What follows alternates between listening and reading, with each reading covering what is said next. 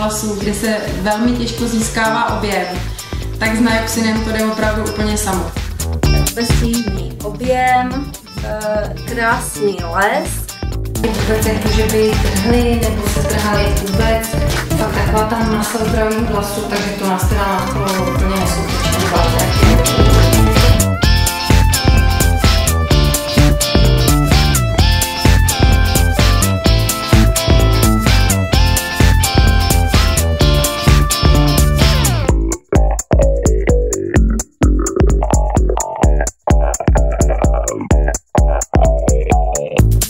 Není to špatné?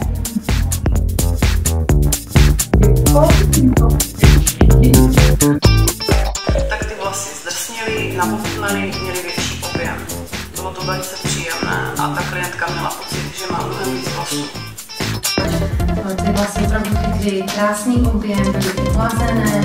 V hodně jemných vlasech je ta bohatost super.